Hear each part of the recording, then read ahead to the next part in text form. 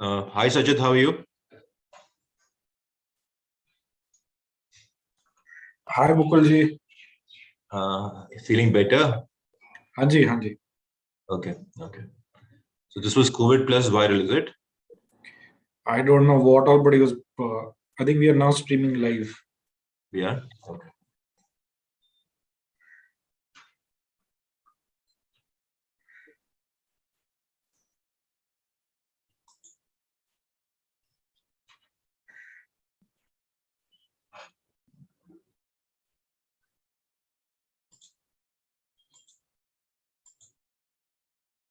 शर्मा उसे diamond sponsors हैं.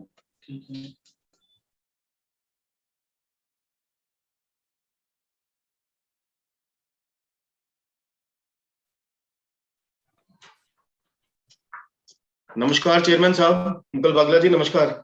Namaskar, Sharma ji, how are you? Good sir, good. Okay, so now you're back to office in full swing. Like everything is work from office now. Full swing, sir, full swing. But we are worrying once again that Corona wave is coming and cases are increasing. So that is creating major worry for us. चलिए great. एक बार आप president साहब से एक बार phone करके पूछ लीजिए कैसा क्या स्टेटस है. Right, sir. Right.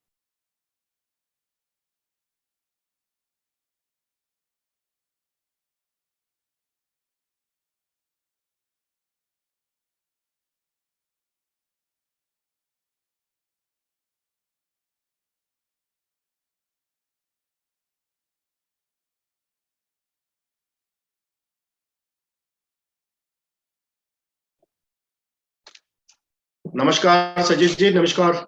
Namaskar sir. Co-chair.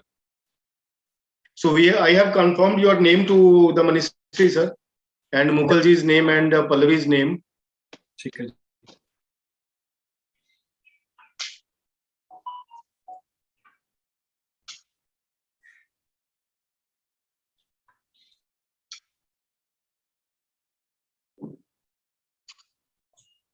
Mr. Nanda, please just call up the speakers. They have not joined in as of now. Mr. Nanda? Nanda ji. Yes, sir. I'm just calling them to. Speakers को call करिए जरा आपके join कर लें. ठीक है sir. Pallavi madam अगर आए भी नहीं अभी तो मैं बोल देता हूँ.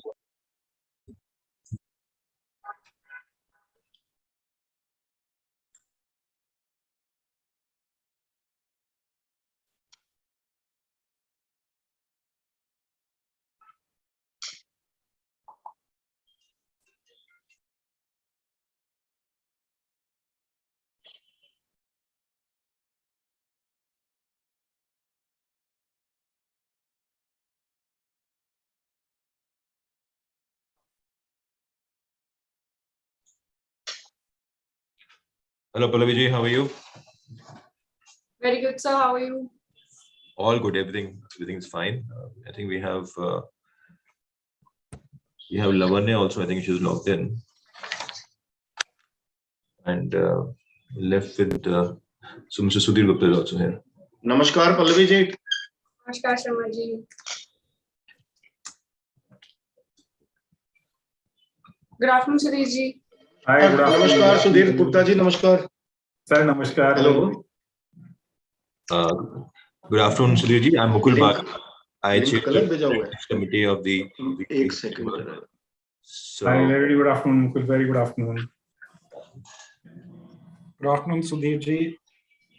Good afternoon, sir. Good afternoon. How are you? Very well. How are you? Good. I'm doing fine. Fantastic.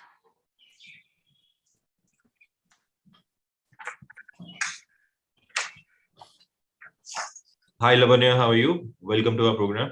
Hi, good evening. Really lovely to be here. Thank you, Pallavi, for inviting me. It's our pleasure. Thank you for making it today. Of course. Hi, Lavanya. Welcome. Thank you so much. Thank you.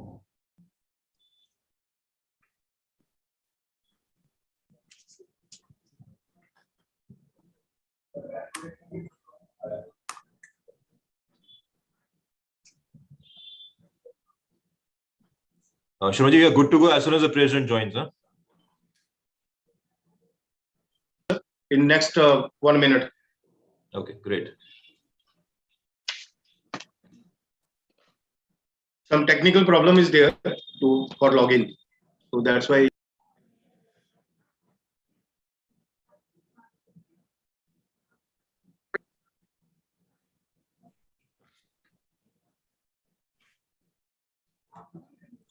Hi, Harpreet, how are you? Good. Welcome to our program. Yeah, all good.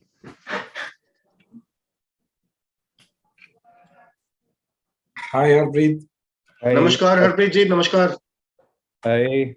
Hi, good afternoon, Harpreet. Good This is afternoon. from India Mart. Thank you.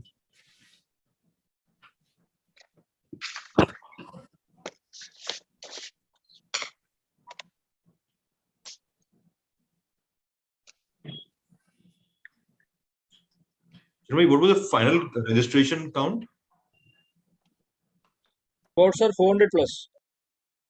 Okay, so we have about 73 only right now. 74 years, and now someone joining. Yes, sir.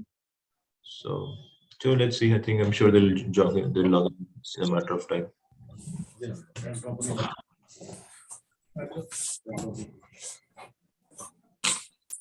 Prop है सबके system है आ गया मेरा शर्मा जी का नमस्कार president साहब.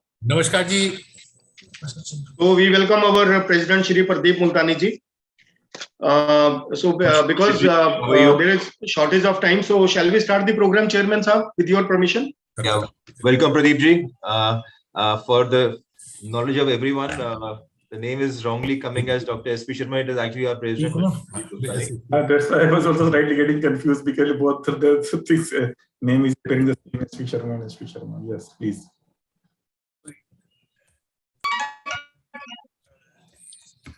बस काफी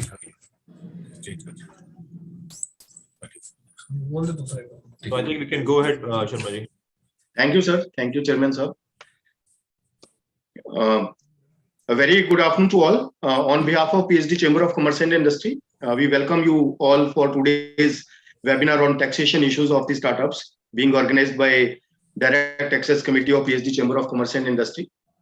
And I would like to congratulate our chairman, Shri Mukul Baglaji, for taking this great initiative, because startups are the major growth drivers of Indian economy, as said by various economists and intellectuals during the last many years, that the next growth drivers are becoming the startups in India. And not only in India, but the global growth is also dependent on the new businesses and the new entrepreneurs and the new ideas. During the 2015 Independence Day speech, our Honorable Prime Minister Shri Narendra Modi ji said that and kick-started the government's initiative to promote startups in India. The action plan of this initiative is focusing on 3 areas. Number 1, simplification and handholding. Number 2, funding support and incentives. And number 3, industry, academia, partnership and collaboration. So on the basis of these 3 major pillars, now startups are moving ahead, and we are proud that we have large number of startups in the global ecosystem. So government has undertaken so many measures for the growth and development of startups in India, but still there are issues related to the taxation, because taxation is always challenging for every business segment. So startups are not also insulated from the incidence of taxation. So to discuss all these things, we have organized this program for the benefit of industry and for the simplification of the procedures for the startups, and to address various issues of the startups. So I will not take much time because we have paucity of time and President has so many meetings after this. So now I would like to request our President Shri Pradeep Multani ji for his welcome and presidential remarks. Shri Pradeep Multani ji, please. Thank you very much, Dr. S.P. Sharma ji. A very good evening to all of you. Welcome to the webinar on taxation issues of startups. We have with us today Mr. Sudhir Gupta, Senior Vice President, Finance and Accounts, India Mart Intermesh Limited, a unicorn company. Mrs. Lavanya Ashok, Partner, Trifecta Capital and one of the top 100 emerging women leaders in India. Mr. Rohit Jain, partner, Vesh Associates. Mr. Harpreet Ajmani, partner and tax litigation, AZB and Partners. Mr. Mukul Bagla, Chairman, Direct Taxes Committee of PhD. Mr. Sanchit Jolly, Co-Chair, Direct Taxes Committee of PhD. Mrs. Palvi Dinodia Gupta, Co-Chair, Direct Taxes Committee of PhD. Shri Saurabh Sanyal, Secretary General, PhD. Dr. S.P. Sharma, Chief Economist, PhD Chambers. Ladies and gentlemen, at the outset, we appreciate the government for initiating the Startup India campaign in 2015 to boost entrepreneurship in India. This action plan was aimed at promoting financing for startups, simplifying the incorporation process, and encouraging them by way of grant of various tax exemptions and other benefits. Moreover, for the benefit of venture capital investors and startup founders, the Union Budget 22-23 has announced that the surcharge on long-term capital gains tax will be capped at 15%. This is a long-standing demand of the startup ecosystem, which wanted gains on sales of unlisted equities to be taxed at par with those of listed equities. The surcharge reduction on gains from sale of unlisted equities has been reduced from 37.5% to 15%. While the tax rate remains unchanged at 20%, the effective tax burden would reduce by around 16%. This amendment also covers ESOPs, exits, and all angel investor transactions. The sunset clause for tax benefit available to eligible startups has been extended to March 31, 2023, through which they can claim tax benefits for 3 consecutive years within the first 10 years of operations. While a lot has been done for the startup ecosystem by the Government of India, which has in 2022 catapulted India at the number 3 spot in the world rankings of unicorns, our wish list remains very long. The unlisted securities pay long-term capital gains tax at 2.4 times the rate of their listed counterparts. While the Union Budget 22 created parity on the same, the tax rate for unlisted securities is still much higher than the rate for listed securities. It is hoped that the government would include the exits that investors and founders of startups get be taxed at the same rate as listed securities. Another demand of startups was reform of the Inter-Ministerial Board framework for tax benefits. To avail of income tax benefits, a startup must be certified as eligible by the IMB. Of the 62,000 DPIIT registered startups in India, only 450 are IMB certified. Clarity on foreign direct listing was another thing startups wanted from the budget. Ever since the 2020 Atmanirbhar Bharat package announced the government's intention to allow foreign direct listing, rules for such a listing were widely expected to be announced in this budget. This lack of clarity for close to 2 years is causing uncertainty in the boards of startups exploring the listing options. Overall, the India rankings show that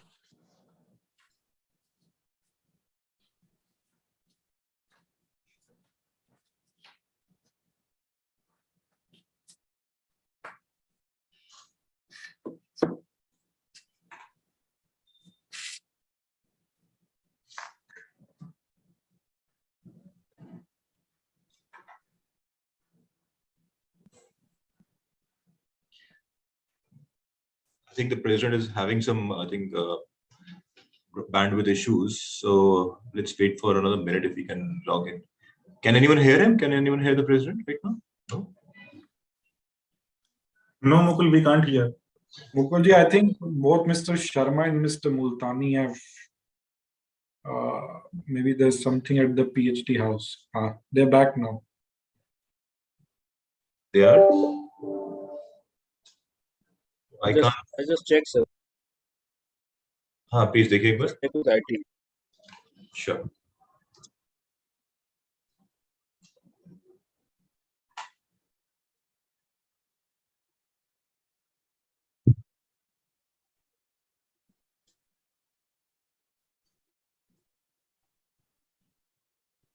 तो क्या हुआ sir चलेगा? I think in a daily life, when we realize that most of the challenges have been overcome, we come up with new challenges with every day. So seems like a very basic problem, but let's see. Let's wait for another 2 minutes if they can come back.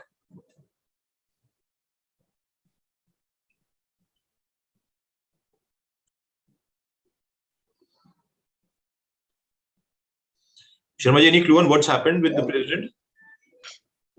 Some technical problem is there, sir. So is he in the chamber? President has to leave for some another meeting, so we have to take up now for the further proceedings. Okay. So and we thank our President Shri Pradeep Multani ji for sparing his valuable time. But unfortunately, because of some technical glitch, he was not able to provide the full presidential remarks. So now I would request our chairman, Shri Mukul Baglaji, chairman of the Direct Taxes Committee, PhD Chamber of Commerce and Industry. He is an expert with 20 years of experience in the direct taxation and related areas of the domestic taxation and international taxation. He is a senior partner of OP Bagla and Co. LLP. Shri Mukul Baglaji, please, our chair of the Direct Taxes Committee. Thank you, Sharmaji, for the lovely introduction. First of all, I welcome you all to today's webinar on taxation issues of startup. I thank Mr. Multani, our president, for sparing his valuable time and also giving a very relevant introduction to today's webinar. Unfortunately, we could have not hear him completely, but whatever he said was quite insightful. I also welcome our guest speakers, Mr. Sudhir Gupta from India Mart, Ms. Lavanya Ashok from Trifacta Capital, Mr. Rohit Jain from Vesh Estates, and Mr. Harpreet Ajmani from AZB & Partners. I also welcome all the participants who are attending this webinar in great numbers. Coming to today's topic, well, startups are young companies founded to develop a unique product or service, bring it to the market, and make it irresistible and irreplaceable for customers. So we have been having a lot of influx of startups in the last 7 years, as what the president was saying. But what distinguishes a startup from other business, though, is the way a startup goes about doing what. Regular companies normally duplicate what's been done before. That is, they work from an existing template of how a business should work. On the other hand, a startup aims to create an entirely new template. So that's what we have seen in most of the entertainment companies and e-commerce companies, that they've created a completely new template and made things so much different for all the people who are using these apps and these various other features. We're all familiar with various startups of the world, some of which have now become the world's largest companies like Facebook, Amazon, Apple, Netflix, Google, collectively known as the FANG stocks. It's very difficult to actually think about life without these large companies. So India has its own share of startups like the Flipkart, Byju, Zomato, Swiggy, Paytm, Shiprocket, etc., which have attained, some of them have attained the status of a decacorn, and many more have attained the unicorn status. And I'm sure there'll be many more to follow.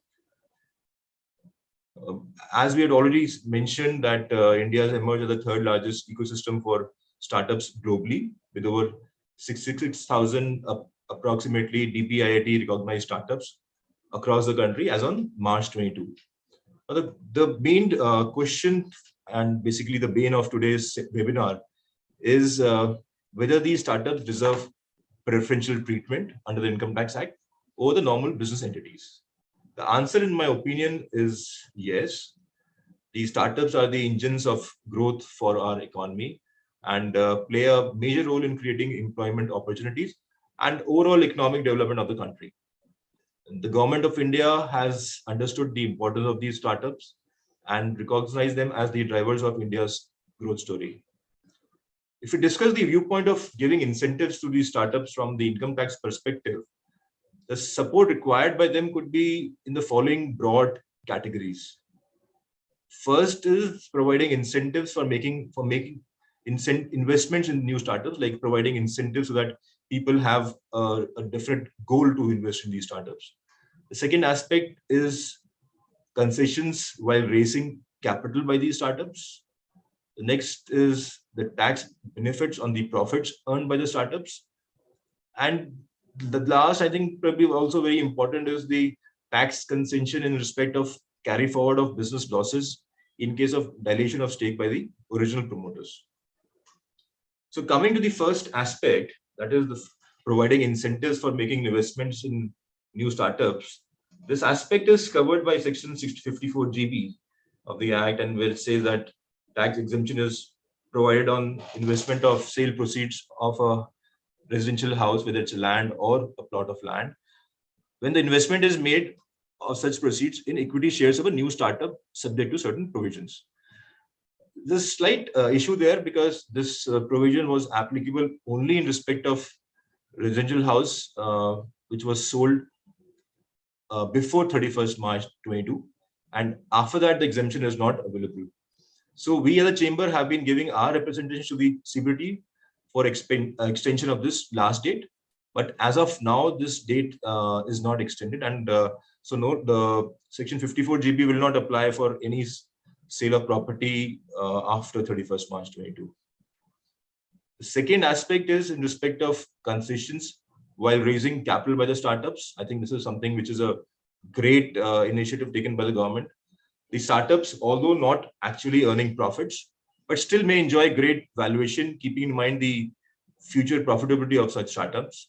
A classic example are valuations of Zomato and Paytm, which have huge valuation, whereas the companies are still in losses. We all know that how the stocks got listed at such a high premium, and in spite of the fact that they were still incurring losses in their financials. As we all know, the provision of Section 5627B can get attracted if shares are issued at a price which is more than the fair market value. However, concession is provided specifically for startups by notification issued by the Ministry of Commerce, when it has been clarified that provision of Section 5627B of the Act will not be applicable for the eligible startups. So this saves the startups from unnecessary litigation and pain to justify to the income tax department the amount of premium which they have received from the new investors. This will be discussed extensively in the subsequent sessions. The next part is the tax benefit on the profits earned by the startups, as the president was also mentioning that that there's one Section 80 IAC which provides such incentives. So, but I feel that although the chances of earning profit by a startup are remote in the initial years, but still tax concessions are desired in case the profits are actually earned. So Section 80 IAC allows such incentives, and but the deduction is allowed only to startups carrying on eligible business. And what is an eligible business? Is business carried out by an eligible startup engaged in innovation, development, or improvement of products or processes or services of a scalable business model with a high potential of employment generation or wealth creation. So the scope of eligible startups for ATIAC is quite limited, in my opinion, due to the above definition. Also, the category which mentions development of a scalable business model with a high potential for employment generation or wealth creation is also open to varied interpretations and likely to open a lot of litigation. As the president also mentioned that we as a chamber, we have been giving our representations before the CBDT for extending the sunset clause for the eligible startups. So we are glad that now any startup which is incorporated by 31st March 2023 shall be eligible for being registered. And we again would send another representation shortly for further extension of this date beyond 31st March 2023. The next aspect is the tax concession in case of dilution of stake by the original promoters or subsequent owners of these startups by allotting shares to the new shareholders. So as we all know, many startups, they end up making huge losses in the initial years, and subsequently when the promoters dilute their stake, giving substantial shareholding of these startups to other investors, the transactions could come under the purview of Section 79 of the Income Tax Act, which restricts the carried forward of the losses in case of change in the shareholding. But there's a special provision of Section 79 for startups, which provides that if the original shareholders, they retain their shareholding, in spite of the fact that new shareholders may come and still the new shareholders may still have more than 51% shares. But if the original shareholders have not sold their equity, then the provision of Section 79 will not get attracted. So in my submission, I would feel that there should be some concession which should be allowed to the original shareholder, that he should be allowed to even sell part of his holding. So if he sells part of his holding as of now in the current provisions of the Act, and also new shareholders come in and the original shareholders have less than 50% shares, then the benefit of carried forward loss would not be available. So in my opinion, we should have a system wherein the promoter should be allowed to sell a part of their shareholding so that they can raise some funds in case of a successful startup. In addition to this, we have some provisions which relate to benefit to the employees of the startups, where we have Section 191 and 192 of the Act, which allows the relief to the employees of these startups in respect of sweat equity allotted to them. The special incentive is allowed to employees of startups by the postponement of taxation of perquisite value of ESOPs received by them. TDS and payment of tax on such cases are delayed by a period of 48 months. This concession, however, creates a peculiar situation wherein the perquisite is to be considered as income in the year of vesting of ESOP, as no concession is allowed in Section 17 of the Act. But the tax thereon has to be paid after a time gap of 48 months by virtue of Section 191 and 192. So we as a chamber are writing to the CBDT to make appropriate amendments to Section 17 of the Act, so that even the charging of the income would be in the year in which the tax is actually payable on this income. Also, the CBDT has started a cell dedicated to startups to resolve the problems faced by them. So I think this cell is somewhere in North Block and has been doing a lot of work because and especially helps all these startups in the registration process. So all in all, a lot of tax concessions have been allowed to the startups by the government. However, some amendments are still required to give effect to the benefits as decided by the startup industry. With this, I will wrap up my address and I'll hand it over to Ms. Pallavi for the various technical sessions. Thank you, Mukulji, for that very elaborate discourse on what all. I think there's nothing left. You've covered everything in a short span of time on how it affects startups. So I will go into the first presentation, which is on the rigors of Section 56. Which so for the audience, the flow is that we will first discuss Section 56, which impacts the campaign that our Honorable Prime Minister started. The first focus of that campaign is on funding and incubation, and both our industry experts today, Sudhirji and Lavanya, both are investors and find this a pain point. Of how they can invest in startups and how they can promote incubation of good ideas and developmental schemes which actually identify a pain point and how it goes forward. So I'm just going to quickly stress upon just one section, which is Section 56, subsection 2, which talks about the rigors of taxation, which is that it seeks to tax both sides. So it seeks to tax the company that receives the investment if the investment has been received at greater than fair market value. And Section 56(2)(10) seeks to tax the investor if the investor has invested at a value which is lower than the fair market value. So any benefit that is received from whichever side of the handshake, which is either the investee, which is a company or the startup, or the investor, for people like Sudhirji and Lavanya who constantly invest. So actually the government is expecting this investment to be this fine line of precision, where neither the investment is beyond fair market value nor is it below fair market value. So actually fair market value for them is that one magic number that should actually technically work for both sides of the investment. So if I just quickly take you through what is section 56(2)(7)(b. So when this section came into our act, it came into our act as an anti-abuse measure. So it came in through the Finance Act of 2004, and the relevant extract, if you can see on your screen, was in order to curb bogus capital building and money lending. Then a subsequent amendment was made in 2009, which said that this is an anti-abuse measure. Then another subsequent amendment in 2010, which said that these were introduced as counter-evasion mechanisms to prevent money laundering of unaccounted for income under the garb of gifts. Then in the 2012 budget, further amendment was made, and the opening para of the speech was that I proposed a series of measures to deter generation or use of unaccounted for money.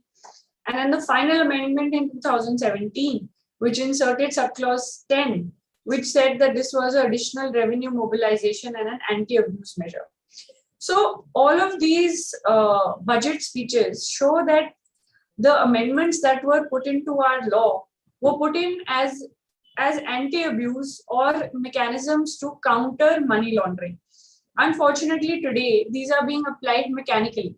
So if any company invests in any company, so I mean, if you heard this speech before me, you heard that there were more than 6,000 startups under the DPIIT.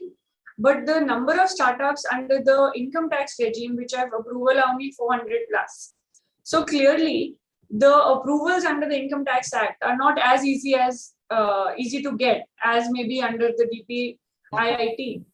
So therefore, not many companies are availing of this, availing of these mechanisms.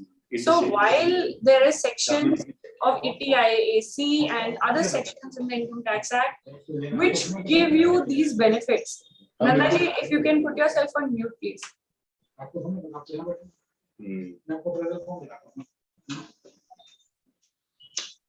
So therefore, whether it's ATIAC or it's the benefit that Mukulji was talking about earlier, which doesn't apply to startups even under the section 56, etc., these only affect registered startups. And to get registered under the Income Tax Act is a whole different ballgame altogether. So not many companies that are, while they may be doing developmental work, etc., they are not actually covered under this regime. But section 56 and its rigors apply to them irrespective. So 56(2)(7)(b) applies to when there is an investment made in a private limited company where the company receives money inclusive of share premium at a value greater than the fair market value. And how fair market value is to be determined is also given in our income tax rules as per Rule 11(u)(a). Now those rules are a discourse in itself. So it's very difficult to actually fall within the rigor of that rule and to see who can certify the fair market value, whether it is DCF, whether it's internationally accepted, whether it will be NAV.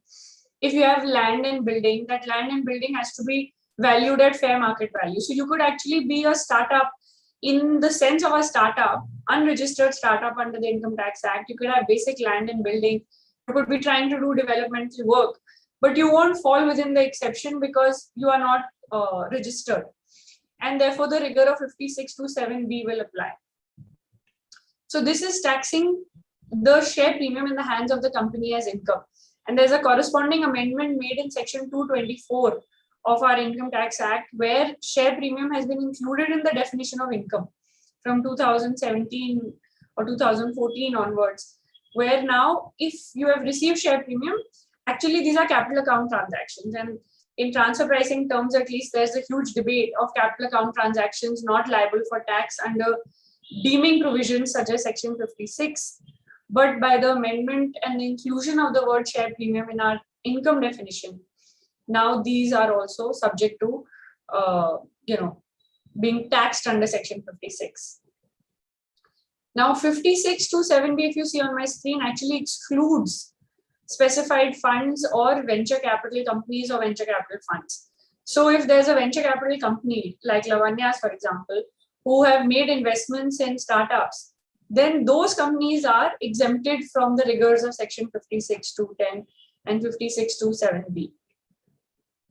Now 56(2)(10) is the flip of 56(2)(7)(b). 7b applies to the company and 10 applies to the investor.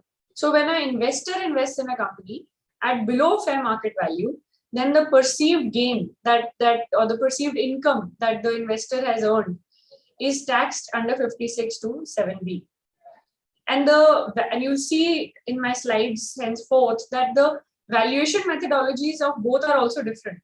So somewhere they don't marry at all, causing more litigation and conflict. So the first question is that since these are anti-abuse provisions, then does anti-abuse need to be proved by the AO, or can he just mechanically apply these sections to tax the share premium in the hands of the startup, unregistered startup? So in my view, actually, section 68 of our act actually used to check the genuineness of a transaction. So if section 68 is invoked, and I'm dealing with a peculiar case where investment has been made by a non-resident and a resident, and in the case of a non-resident, because section 56 doesn't apply per se, the AO has invoked section 68, and for the resident investment, the AO has invoked section 56. So therefore, bona fide has to be proved, and if bona fide can be proved, which is that the transaction is genuine, the credit worthiness, etc., can be proved, then section 56(2) should not be mechanically applied.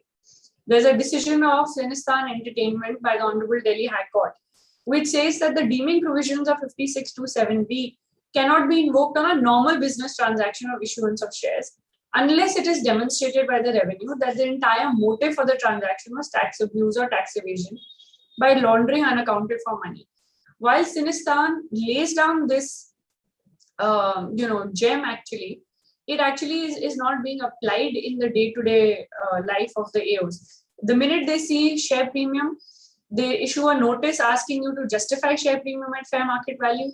Once you submit a report of valuation, either in most cases it's not accepted, rejected, and therefore the entire premium is taxed.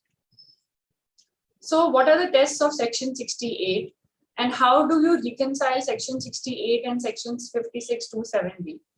Identity and credit, identity of creditor, genuineness of the transaction, and credit worthiness. If all these three tests are not passed in the case of share premium, then section 68 has to be invoked and not 56(2)(7)(b). But if the genuineness or the commerciality of the share transaction is doubted because of the premium, then 56(2)(7)(b) gets triggered. So I think somewhere the scope of section 68 and 56(2)(7)(b) is being missed, and one or the other is being mechanically applied. So the next question is that does the AO actually have the power to reject the valuation?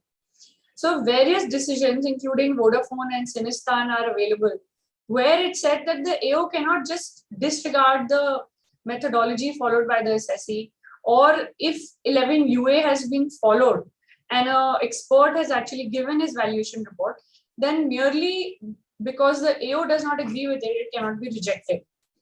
Then the other school of thought is that, however, if such valuation reports are not backed by material evidence or not backed by material projections and whole basis of how this was determined, then the AO is empowered to reject the method and make the addition. So all valuations must be supported by a detailed analysis. Then the other question that arises is that does the AO have the power to refer this valuation to a valuation officer? So while 56(2)(7)(b) does not explicitly give the power to a valuation to the AO to refer to a valuation officer, he can resort to section 142A of the Act, where he can refer it to a valuation officer or invoke section 131 and ask a valuation report from an expert. And actually, unless he does one of the two, he cannot just reject the valuation submitted by the assessee. Then in Sinistan, there was a very interesting observation made by the AO, which is that the projection that was used for the DCF does not actually match with the actuals. So to this, in Sinistan, the Honorable Court held that the projections are based on a number of factors, and those factors and projections of the future. So those factors may or may not come to pass when the actual transactions take place. So you cannot reject the projections based on a matching of the actual whether they actually come to pass or not. Then this is what I was talking about earlier, where while section 56.2.10 and 56.2.7b are two sides of the same coin, but the valuation methodologies in both are different. So for example, in 56.2.10, the basis is book value, except using fair market value or circle rate for shares and securities, jewelry and immovable property. And in 56.2.7b, you're still required to use the book value of shares, securities, jewelry and immovable property.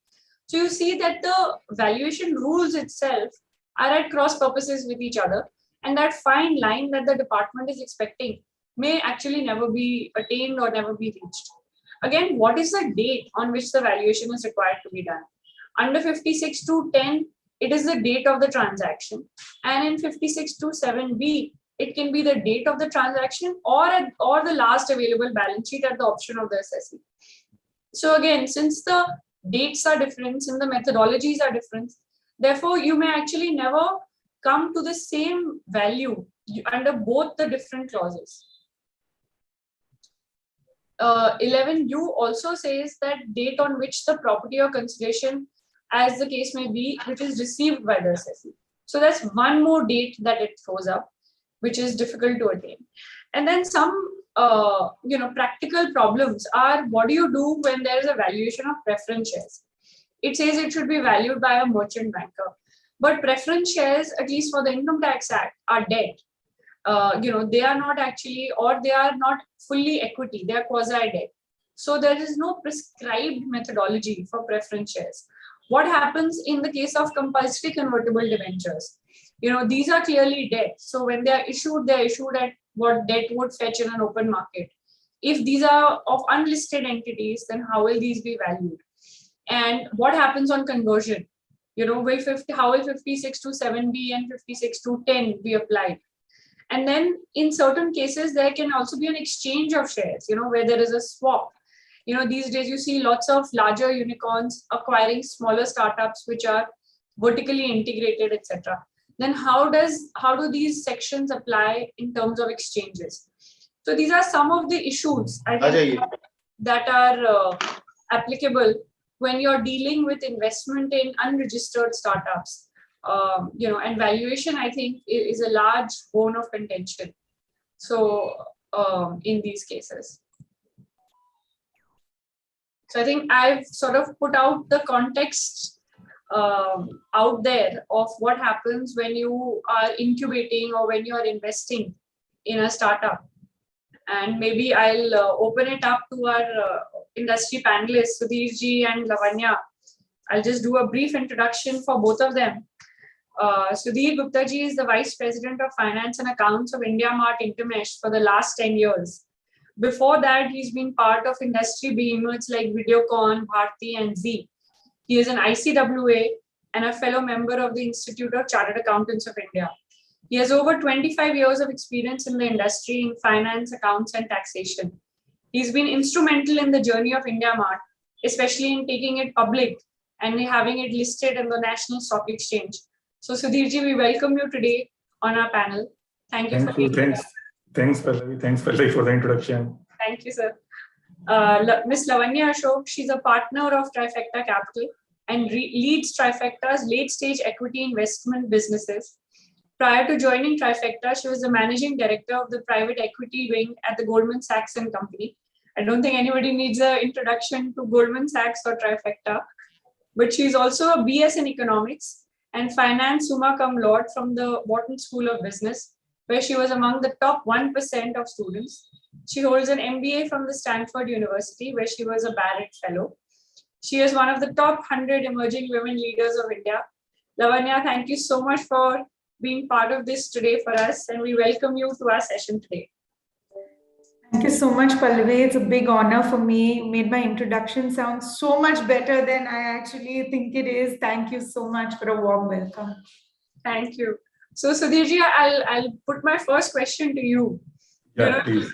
You've been in this tax landscape for 25 years, and maybe the last 10 years has seen a sea change. Prior to 2015, where there were lots of companies like yours that were looking at how to grow, and then suddenly in 2015, this impetus to startups, and now you are a unicorn.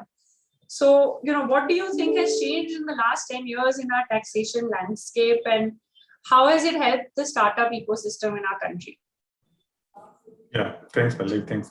Pallavi, if you will see, in my view, in last 10 years, if you will see, the government focus was on to curb the unaccounted capital through several amendments, whether it's Section 56 of the Income Tax Act or whatever may be. At the same time, government is also thinking to promote the startup. Over last past 6-7 years in finance 16, they introduced that. Basically, Startup India is in a flagship initiative of the government through which they want to build a strong ecosystem, nurturing innovation, and as far as a startup in the country that will drive sustainable economic growth and generate large employment. This was the major behind agenda of that. Government thought this initiative will empower startup and to grow through innovation and design. As far as the tax incentive and exemptions are concerned, basically they want to give an incentive through 80IC through 56. But as you mentioned, in 56, it's a very gray area. One side they want to just give a carrot through 80IAC, and other side they want to have a stick through 56. It's very difficult to have that carrot and sticks on both in a hand.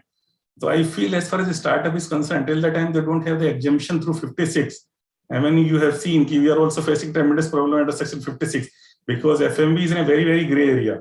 So it's very difficult. If they really want to grow a startup, they have to give some sort of exemption through 56. They have to come up. The startup have to come out that Section 56. Otherwise, it's very, very, very difficult. Thank you, Sudhirji. I think we have seen that in the Shark Tank. That I think at least we have seen it every day of our lives. Where value is perceived. You come in asking for something, and you go out getting something completely different. Absolutely, it's a perceived value to some extent. Basically, I may perceive differently, you may perceive differently. And as far as the assessing officer, he has his own methodology. Again, he will say through balance sheet only. Right. So, Lavanya, if I ask you the same question, you deal with investing you're a VC. So you're doing this every day of your life, where you're evaluating investments and in startups, in incubations, etc. So what do you think has been the evolution of the startup and maybe even the VC ecosystem in India? We see on Twitter, people like Kunal Behel give out these wisdom saying it's still not enough. We are a lot of us, but we need more. So what is your view on this evolution?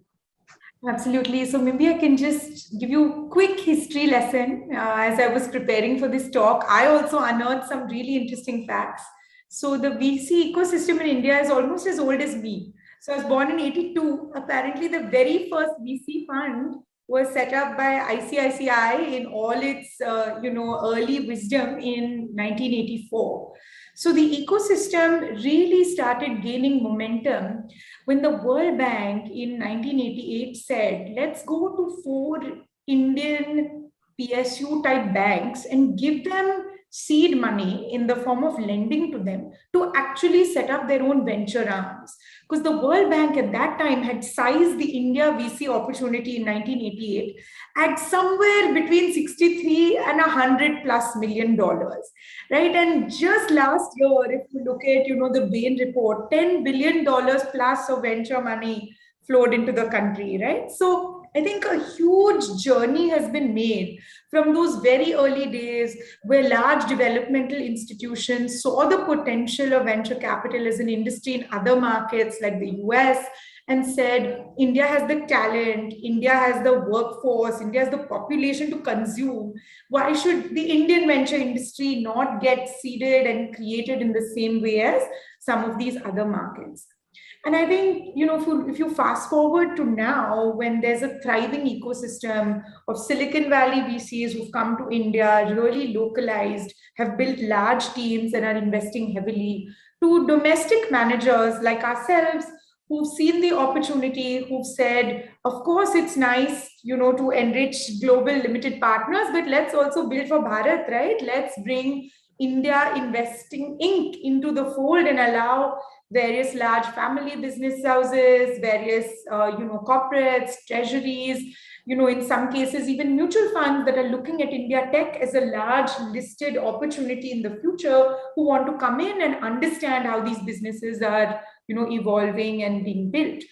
And so there are about 14,000 startups as per this government survey in the country today, which is a staggering number, even if you think about employment, impact.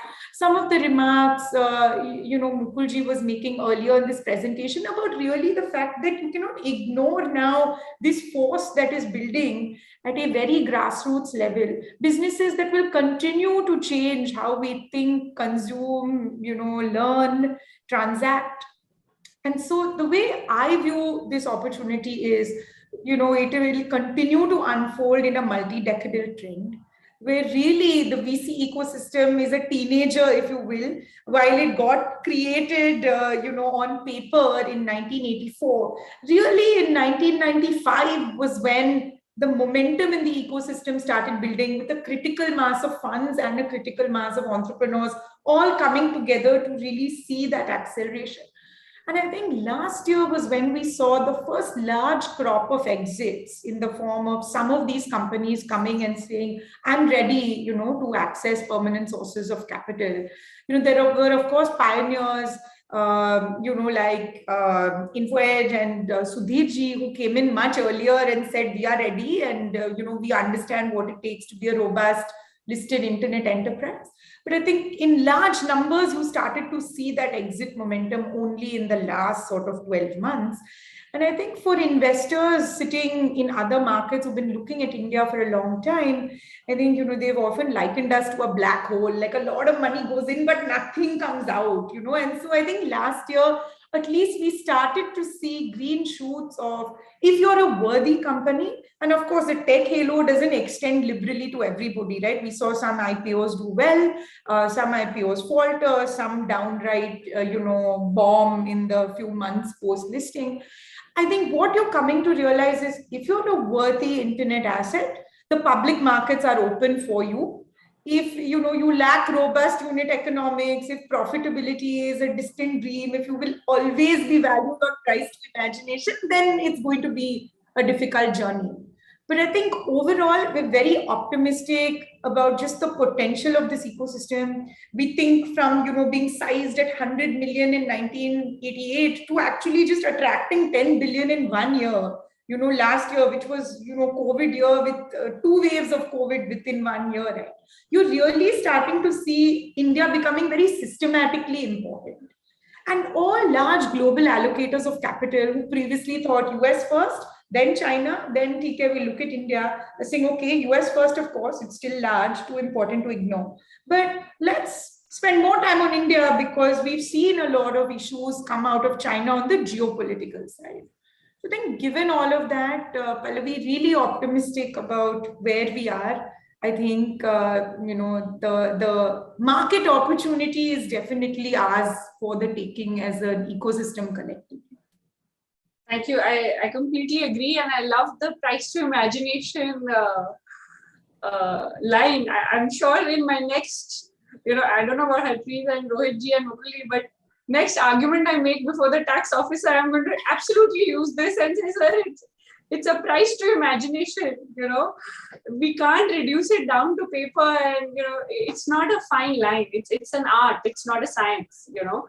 And so I completely hear you, and I hope that India can do more exits, because I see my clients struggling with exit all the time. A Mauritius treaty benefit being denied. Singapore LOB being imposed very strictly, etc. So yes, while India Inc. has sort of pulled itself together for incubation and funding, the original funds, like you rightly said, came from overseas. and we have to build our capital with the overseas investors as well, in terms of giving them good exits, and then showing that India is maybe not a black hole as such. There's a method to the madness. A lot of people ask me overseas that India is so confusing, and I always tell them that if you walk into a adolescent's room and you can't find anything, but he can find exactly what he needs. So it's like that. We can find what we need. So Sudhirji, coming back to you, I think my next question for you then in this background will be that when you look at investing, how much is tax really a consideration? When you look at investing in now other startups or other ideas that I'm sure come to your very large treasury, how do you think about it? No, Pallavi, as far as when we are thinking to invest, basically now we have put in money almost in 12, 13, 14 startups. As in when we are thinking to put in money, basically there is a win-win position from both the sides. It should be win-win position from investor and from investee also. From investor perspective, we always think whether business model is sustainable or not, whether consistency in the business is there or not, whether scalability is there or not. Because as far as scalability is concerned, if you don't scale your business, it's very difficult to get the money. And as far as that, so most importantly is the growth. Because if you are facing, basically, if you are addressing the mass problem, then only your business can grow. If you are addressing a very minuscule problem, it's very difficult to grow. Because every investor, we as an investor, we always want our money should grow. Because that's why we are putting the money there in the investor. And from that investee perspective, he also he should value his business much and more.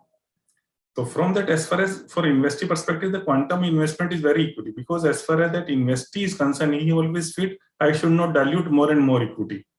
So as far as basically my business valuation would be this, and I would say no, your valuation is this. So somehow that FMV will play a role, and it's a pure negotiation where we put in the money. So from that, as far as that, in my opinion, tax rigor as and when we invested, tax was not the consideration, frankly speaking, Pallavi. The commercial is the main thing. Whenever we are investing, the commercial negotiation is the more important. Commercial expediency is the more important.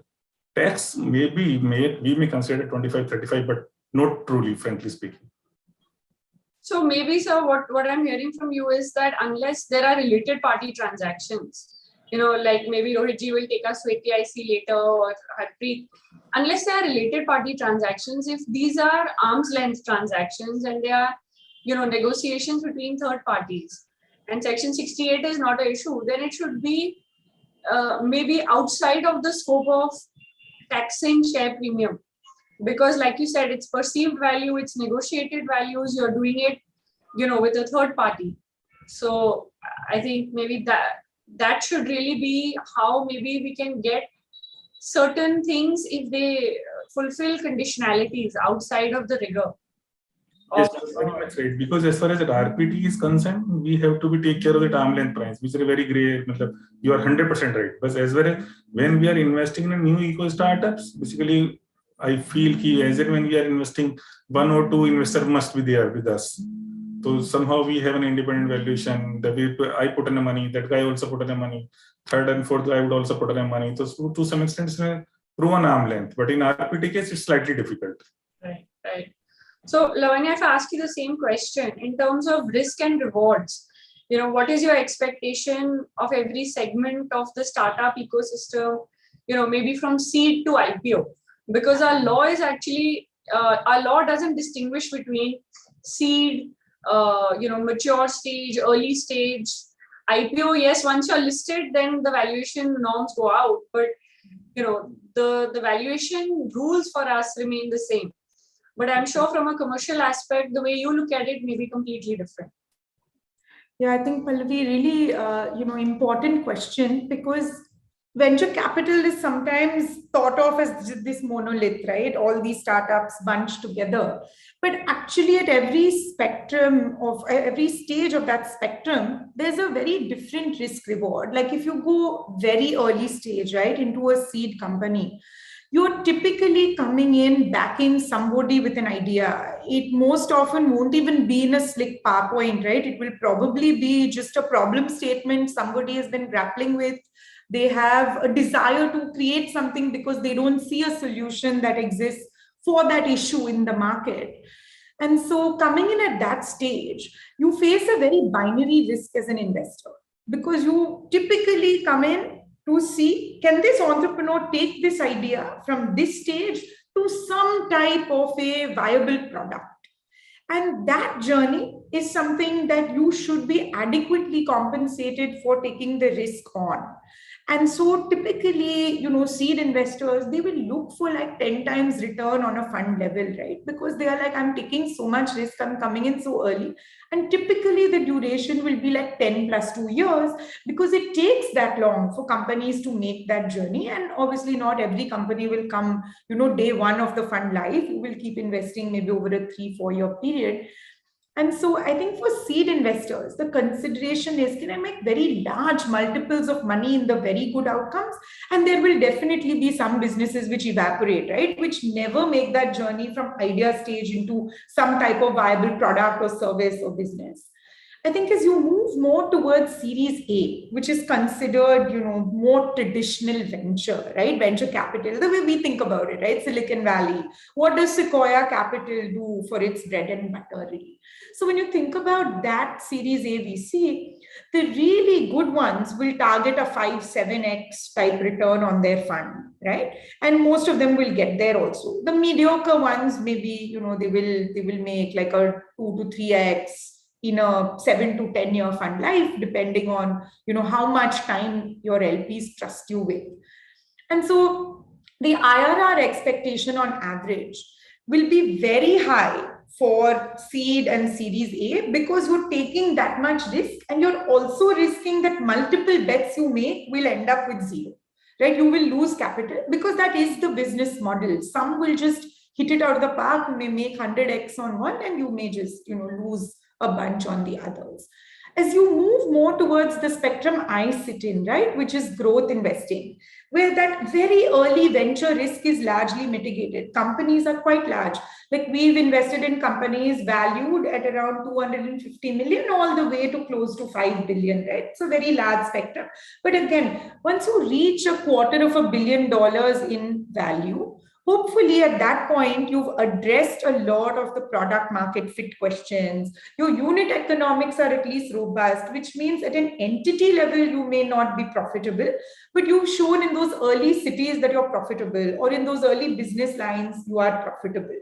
And so investors have been convinced that you at scale, when you're not investing so heavily in growth and opening up new geographies or business lines, you will be a profitable entity.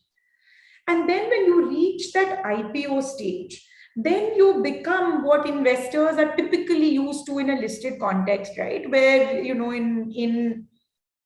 look at India longer term, you will make anywhere from 11 to 15% on average as a public markets investor.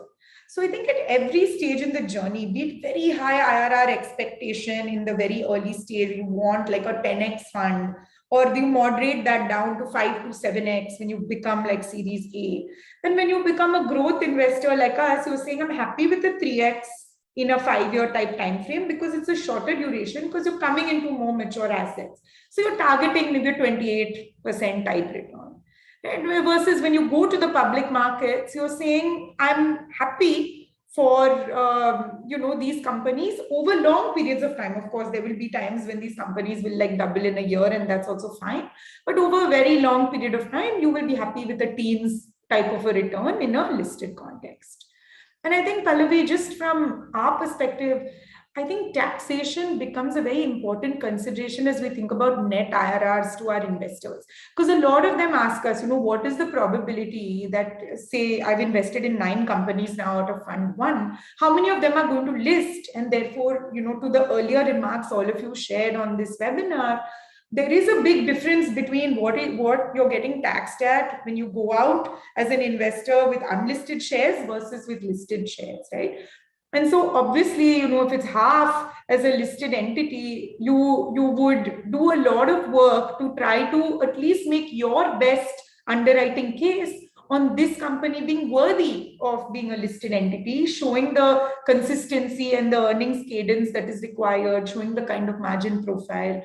So we do a lot of that work and make our best assessment on, is this likely to go out private or is this likely to go out public? Understood. So, I mean, from both Sudhirji and you, it seems like obviously commerce and IRR is paramount, and then tax maybe plays a small role, and luckily that small role keeps all of us in our jobs. So, it may not be that small for the rest of us, but, I think interesting to see that the government needs to think about it like that. That not everybody is out to avoid tax, and there is a lot of good money flow being invested in a lot of good companies, and certain level of proof of belief, I think, in addition, should be shown, where you want to start a campaign and you want to promote a sector, but what it takes to promote the sector should also be sort of hand in hand. So, Sudhirji, what for you would be the pitfalls? Like any pitfalls, like you said that you've invested in almost 12 startups now since listing. Any pitfalls that you would advise our audience to be careful of? Any tax pitfalls, let's say? No, basically, as far as we are investing, as you mentioned rightly, Pallavi, because as far as the instrument is concerned, it's a very gray area. Whether it's equity, again, whether it's a preference again, multiple, CCPS, OCRPS, multiple, then again, debenture, very, very gray area. Basically, whenever we are investing in any of the company, basically share premium account is a very important gray area, which you are very much aware of. So whenever we are investing, we are taking care of that. We should not be violating with Section 56, Section 47.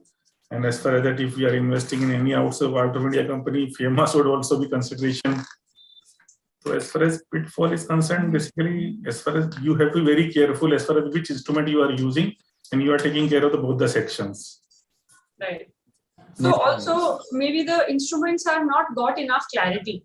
Like for example, the Income Tax Act is maybe focused on equity a lot, and for preference and all of these other instruments of debentures and quasi debt, mezzanine financing, etc.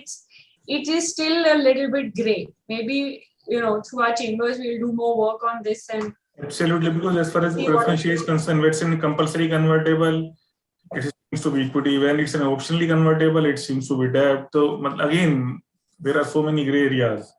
Right. Department should clarify. Right.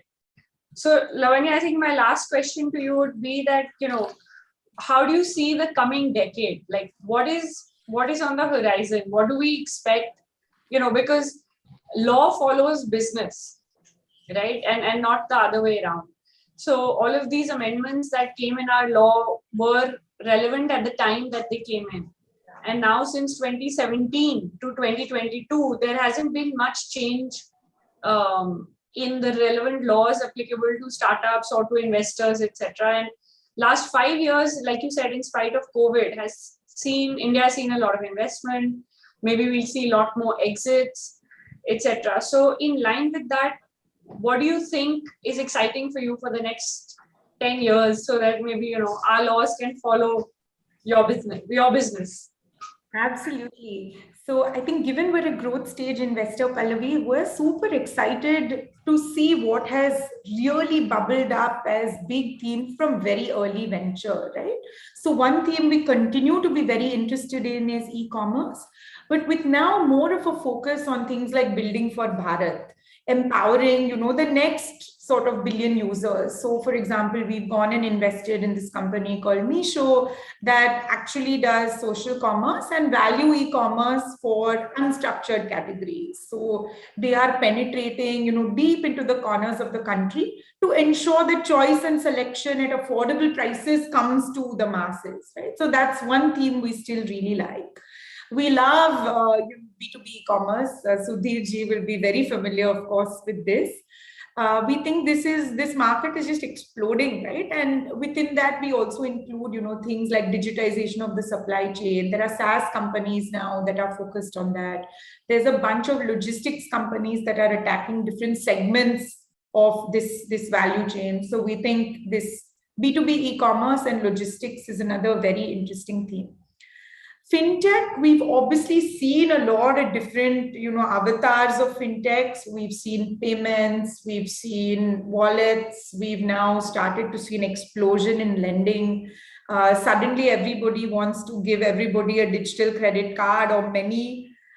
So we're seeing multiple ways. Of course, there's neo banking. So we're avidly tracking fintech. We think it's going to be a very large mega trend, and it's a matter of big pride for people like us that India is actually leading the world on the revolution that is fintech, right, in this country. So I think lots more that will come in this, and we're very excited about that. And then there's some very unique to Bharat themes like content and vernacular, where we've invested in a company called Daily Hunt that is, after Google and Facebook, one of the largest recipient of ad dollars, because they do vernacular news aggregation. They're also now, doing a big play on short form video to provide like bite-sized entertainment for vernacular users who've not really been avidly targeted by some of the larger OTT platforms. So we're looking at pretty unique themes like that are more focused on Bharat. And then on the enterprise side, SaaS is a very big theme, Pallavi, where you're really like building in Bharat, but for the rest of the world. And I think we've started to see some world-class businesses come out of, the SaaS efforts of the last decade from India, but we're only, I think, seeing the tip of the iceberg. There's a huge alumni base from, the Freshworks of the world that have come out, that are building wonderful companies. The SaaS ecosystem is again really thriving in India, and we think that could form again a very big piece. And then like select aspects of deep tech, right? I've been recently meeting with a bunch of startups that are focused on space tech. And it's really a matter of pride to see how much respect, India gets because of our heritage with ISRO and IISc in global space tech investing. So that's another area. And then EVs, for example, within deep tech is another area that is really seeing a lot of very interesting activity. So those are some of the things I'm excited about. I'm glad. So I think one of the biggest SaaS things we've done is, our digital COVID certificates. And there are countries like the US that hold out their manual certificates with manual stuff written on when they got vaccinated. And here we are, with our digital certificates, barcodes, QR code scanning. So yeah, we are really sort of leading the world on that. Absolutely. Just to add on to a few things, Sudhirji, I really admire your experience with the startups and especially India Mart, which has gone big and gone places. So with your experience on startups, I would like you to prepare a small paper for us, like what concessions or what exactly you want from the income tax department and the problem that you're facing in your journey as a startup, so that we can try and send it to the finance ministry and hopefully something can come on that. And Lavanya, really very nice hearing from you, and good to see your optimism and your energy with regard to the startup. So I know India is really booming on that front, and let's hope that whatever you said, all those things, they come true. Absolutely, no doubt about it. As far Lavanya is full of energy. As far as the complete start ecosystem is concerned, it's booming like anything, no doubt about it. Because we are investing in the money, the guy came from very small town. Because as far as the digital engineering is concerned, distance is no matter. Wherever you are, whatever you can do, you want to do, you can do. So any last words, for our audiences, largely company secretaries and CAs, ICWAs, anything that you want to say? Because a lot of our young generation, want to be where you are eventually in their careers. But the startup space is very exciting for them, So they don't know whether they should do a regular job or whether they should try and, work in a startup where they'll earn less, but maybe learn more. So what are your, pearls of wisdom for them? Yeah, basically my advice to young professionals would be they need to be very sincere and honest. There is no success mantra. Basically, they have to be thorough in their knowledge.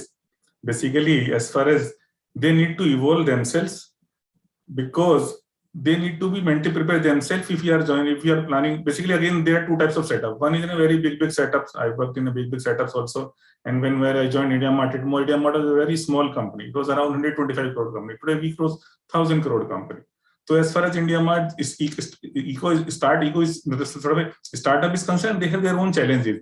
You need to evolve yourself. You need to be thorough in your knowledge because every day is a new challenge. First would be private investment and some sort of multiple things are there on day-to-day basis. Tax litigation must be there. Then company secretary challenges must be there. So they need to thorough in their knowledge. They need to sincere and very honest and very dedicated to the professional. And as far as if you want to be some sort of a scheme of startup nowadays, our professional must participate in the vision of the PM.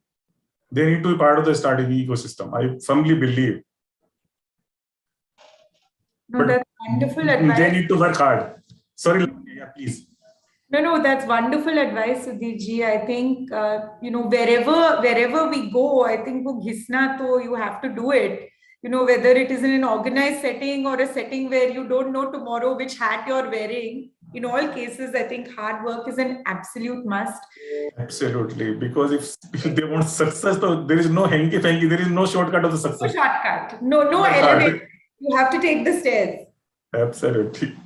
I think just one thing, Pallavi, which I may add, I think the shape of careers has become very non-linear in my experience. Like previously, I mean, if I look at my parents, they would work one job for like 30 years and slowly sort of climb up the ladder and incrementally, I think, gain experience as opposed to thinking actively about reskilling, retooling.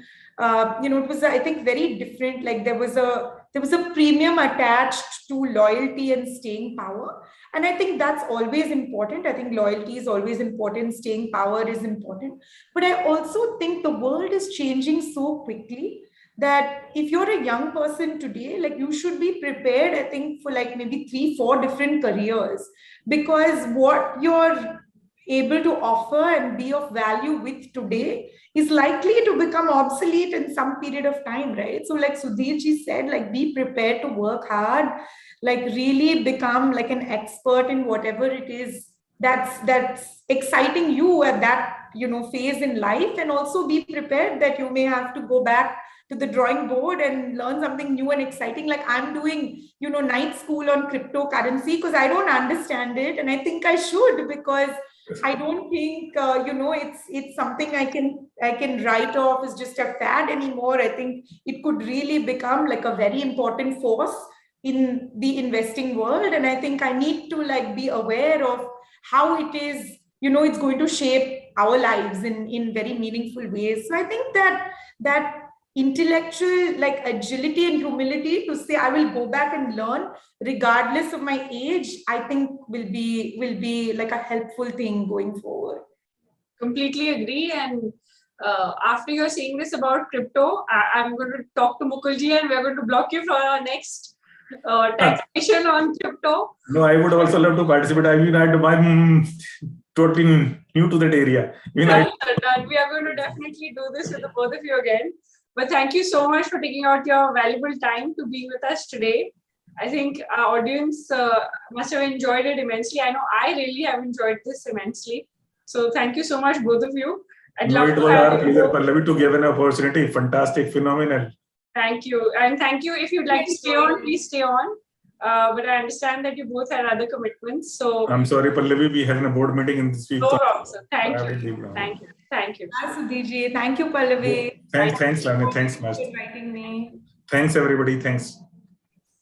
So our next speaker today is Mr. Rohit Jain, who is going to now talk about deductions and exemptions available to startups. Mr. Rohit Jain is a partner of Vaish & Associates. He's a lawyer by profession and a qualified chartered accountant. He's a senior member of the tax group in New Delhi and has been associated with his firm since 2001. His practice covers all aspects of direct taxation and allied laws, including income tax and Benami law. He has been involved in several complex tax litigations and restructuring activities involving mergers, demergers, slump sales, etc. Rohitji, over to you. Rohitji, in case you're having an issue with screen sharing of your PPT, I think Pallavi has a copy of that, so she can share it for you in case you have having an issue with that. Yeah, actually, I was just calling my IT person to fix that problem. Doesn't matter. I think Pallavi. I'll start if someone can share it. Of course, sir, I'll share. Yeah, thank you. Good afternoon, everyone. First of all, thank you, PhD, for giving me this opportunity, to be part of this very exciting session on startups. President PhD, Dr. Sharma, Mukul, Pallavi, Sachin. In fact, you are all a big support. And I think it was great, hearing two stalwarts, Mr. Sudhir Gupta and Lavanya, and their perspective about, startups and the problems being faced. My co-panelist Harpreet.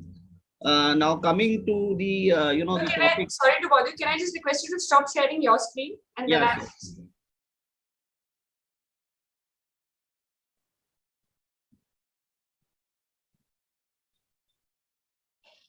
I'll. How? So just stop sharing the screen and I'll start. Now is it possible?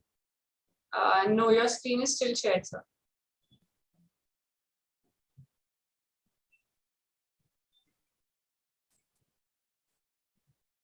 Yeah. Yeah. So while Pallavi is sharing my presentation, and in fact this would be available to all of you. Before I actually come to my presentation, I'll just share my few thoughts about startup while I was preparing for this presentation. This startup, as we all know, is one of the key initiatives of the government, which was launched in January 2016. It's almost 5 years of journey, and what we noticed was that over a period of 5 years, around 41,000 startups, as per the the figures which are available in public domain, have been notified or recognized by DPIIT. What is in fact startling is, out of this 41,000 or more than 41,000 of startups, the tax incentives, the notification or the registration which has been granted for tax incentive, startups is only 319. I am assuming that this figure may go up to 400. So even going by that number, it is in fact not even 1% of the total startups which have actually enjoyed the benefit of it, TIC. Another, in fact, when we go to the another important provision which Pallavi discussed in detail, which is 5627B. Now, for that purpose, around 3,500 startups have been notified, which again is not even 10% of the total startups. So this only shows this startups has actually not have not made professionals like us busy. The primary reason being that there are hardly any startups which are actually have been notified for the purpose of claiming deduction, or even after notification they have been able to claim this benefit. And the reason is, as we will go along, we'll find why they have not been able to claim this benefit. In fact, if we see the initiative when it came out, the purpose of the startup as was launched by the government was to have emphasis on the innovation, and and these to promote startups which are actually have large potentials of employment generation. And that was the primary reason why the startups were promoted as a flagship initiative. In order to give the incentives to the there was 19 key action points where around the government wanted to work around in order to promote startups. And you will be surprised to know that out of 19 key action points, 3 action points emphasized on the 3 deductions or the 3 exemptions which are available under the Income Tax Act. The 3 tax incentives or the exemptions which were part of the out of the 19 action points were: one was exemption under the head capital gains, the second was the tax holiday under section 80 IAC, and the third and fourth maybe the 5627B and section 79 relaxation. I'll be dealing with 3 of them. 5627B has already been touched upon by Pallavi as part of her initial talk. Now coming up to the first slide of my presentation. Now, what is important before we actually move on to the the actual provisions is to take a note of this DIPP notifications, because it actually gives the background in which these tax incentives or the benefits were actually given to the startups. Now, there are 3 or 4 important highlights which are there on the screen also, and I'll refer to the DIPP notification also. The startups, as per the primary, the qualification, what entity can qualify as a startup is basically any entity which is a company, LLP, or a partnership firm. The one can only qualify as startup for a period of 10 years from the date of incorporation. And this 10 years you will find when we'll move on to TIC is that the same 10 years is the tax holiday period for which an incentive is available. You can claim it for 3 years out of the 10 years of the period. Another important criteria which has been laid down for an entity to be notified as a startup is that the turnover should not exceed 100 crores in any financial year. Now, if you see the explanation which has been given in the notification, it says this: as soon as the startup crosses the threshold of 100 crores in any particular financial year, it will cease to be a startup. And this aspect will be important when I will touch upon ATIC, that DIPP notification specifically says that for an entity to be qualified as a startup, the turnover should not exceed 100 crores. And as soon as in any particular financial year, the turnover exceeds 100 crores, you cease to be a startup. That's an important thing which one needs to keep in mind. The third bullet over here is very important. These are the primary circumstances in which an entity may be notified as startup, which is that the entity should be working towards innovation, development or improvement of products or processes or services, or if it is a scalable business model with high potential of employment generation or wealth creation. In fact, you will find exactly the same language has been incorporated in the tax provisions also in the form of TIC, that you need to qualify these basic conditions in order for an entity to be notified for the purpose of deduction under TISC. One thing I think personally I was not able to understand is that once an entity is notified by DIPP as a startup in terms of this notification, why do you need another notification only for the purpose of claiming TIC? But the fact of the matter is, for today, for the purpose of claiming the benefit of the tax exemption under TISC, there has to be a separate registration or an approval which has to be taken for the purpose of claiming this deduction. And you will find there is some variance in the conditions also, and which I will touch upon in a little while. Another important conditions for the purpose of startups as per the DIPP notification is that you should not be formed by splitting up or reconstruction of an existing business, which is something similar to this the language being found in various other tax holiday sections, where you cannot just disintegrate an existing business and form another new entity carrying on the same business for the purpose of getting yourself notified as a startup and for the purpose of claiming the tax incentives. I think moving on to the next slide, these are the broadly the incentives which are available under the Act. One is the tax holiday TISC, which I am going to discuss about in little detail. Second is the exemption from long-term capital gains under section 54EE. Third is the exemption. In fact, 54EE, I may just point out, is actually a dead letter, because this exemption was given for the purpose of investment into notified funds of funds, startup funds, which we call it. And till date, none of the funds have been notified. But the fact of the matter is that the provision still exists on the statute. The third important exemption is the 54GB, which is the investment in equity shares. I think someone touched upon this aspect also. The fourth important provision is section 79, the relaxation of section 79. And the fifth is the angel tax, which Pallavi dealt about in a greater detail. Now moving on, Okay. So moving on to the next slides. In fact, 80IC, I will directly come to the provisions of 80IC. This is a 7th slide. Yeah. So basically, if you see some of the basic features of, the claiming exemption or a deduction is that first of all, one has to, get yourself registered with the DIPB for the purpose of specifically for the purpose of claiming an exemption under 80IC. For 80IC again, you find that the criteria is that the year in which you want to claim an exemption or a tax holiday, the turnover should not exceed 100 crores in the relevant previous year.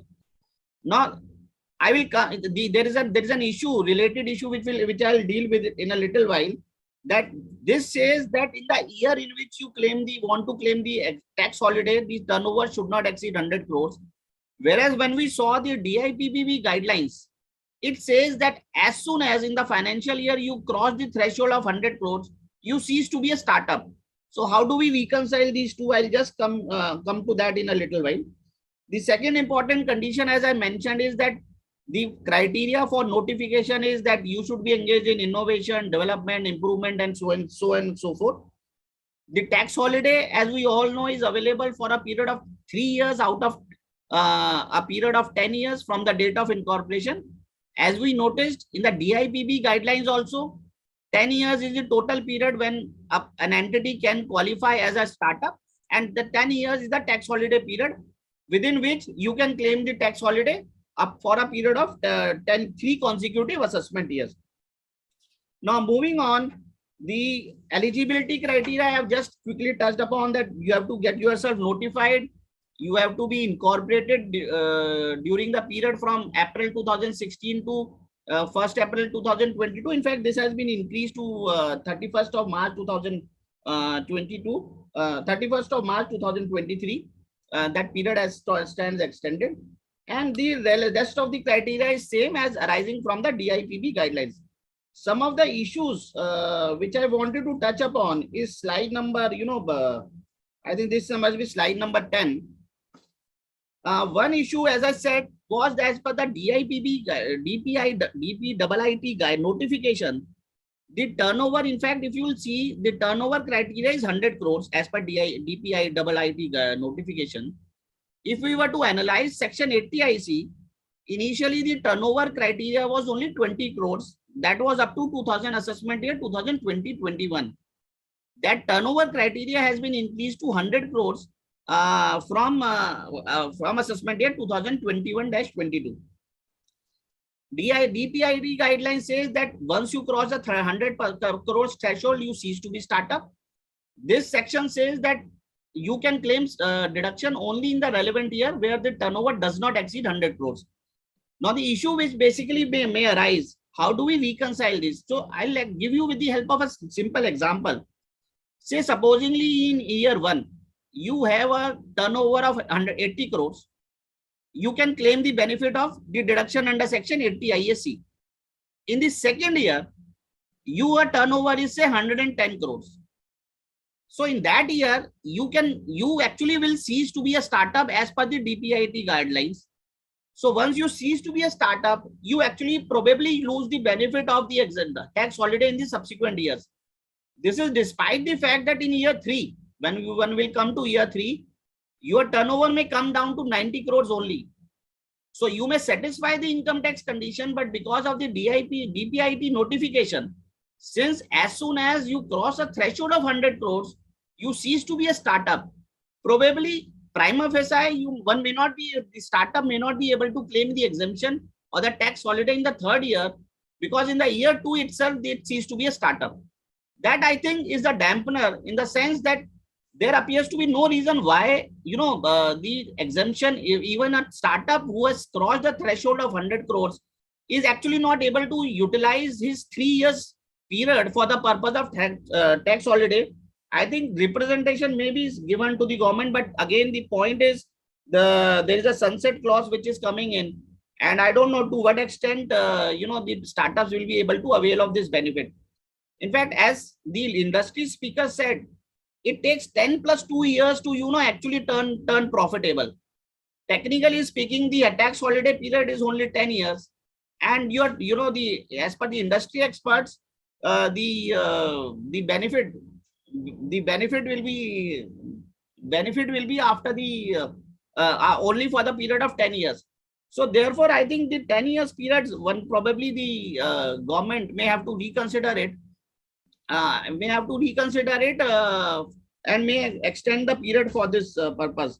Second important point, which I just wanted to quickly touch upon, is regarding the status, whether this once the threshold period of 100 crores is crossed, whether the exemption is lost retrospectively or prospectively.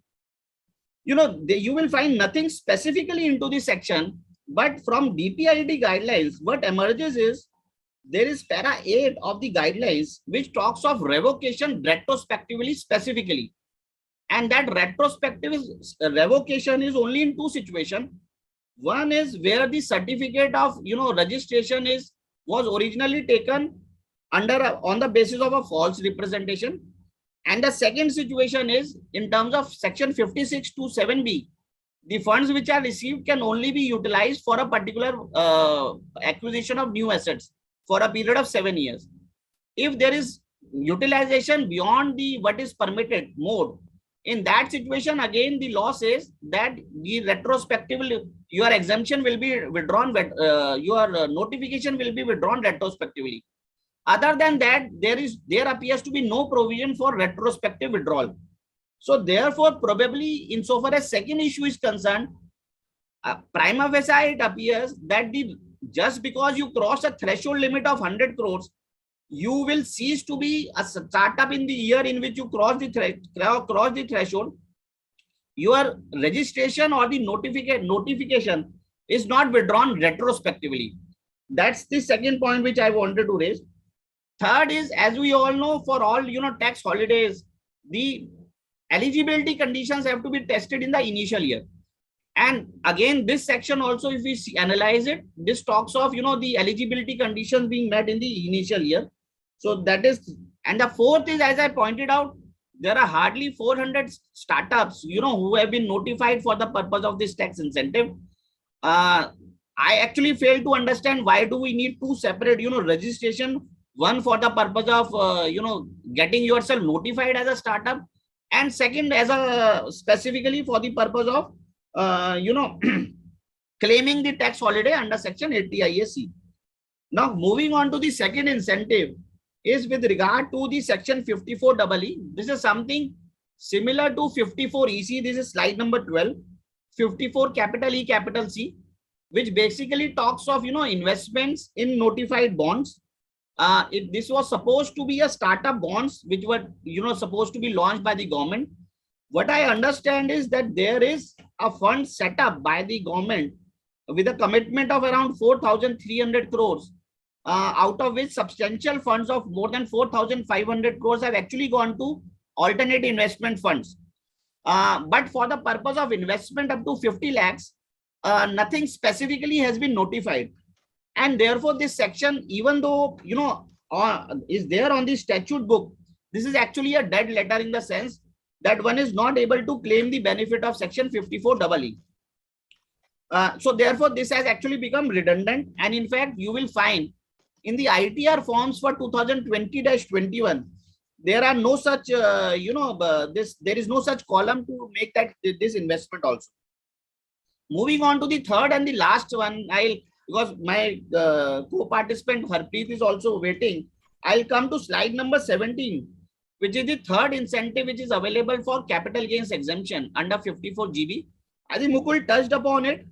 Just to quickly point out, this is something similar to 54F, where you transfer a residential property, and in 54 you get a benefit of the consideration being invested in another residential property. 54F talks of a non-residential house being transferred and then the money being invested into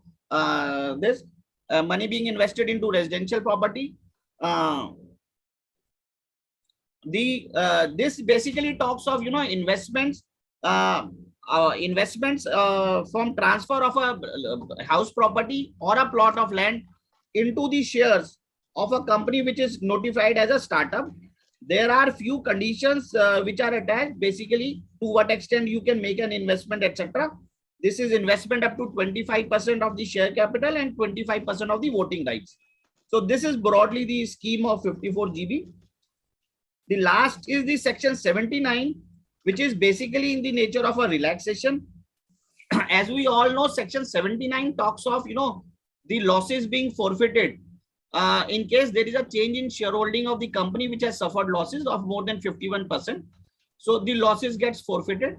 In order to, give a benefit to the startup, section 79 has been relaxed to provide that in case all the shareholders continue to be shareholders and there are new investors come in and make investment into a startup company, so long as the original investors continue to remain invested, the benefit of the rigors of section 79 would not apply and the startup will not lose its benefit.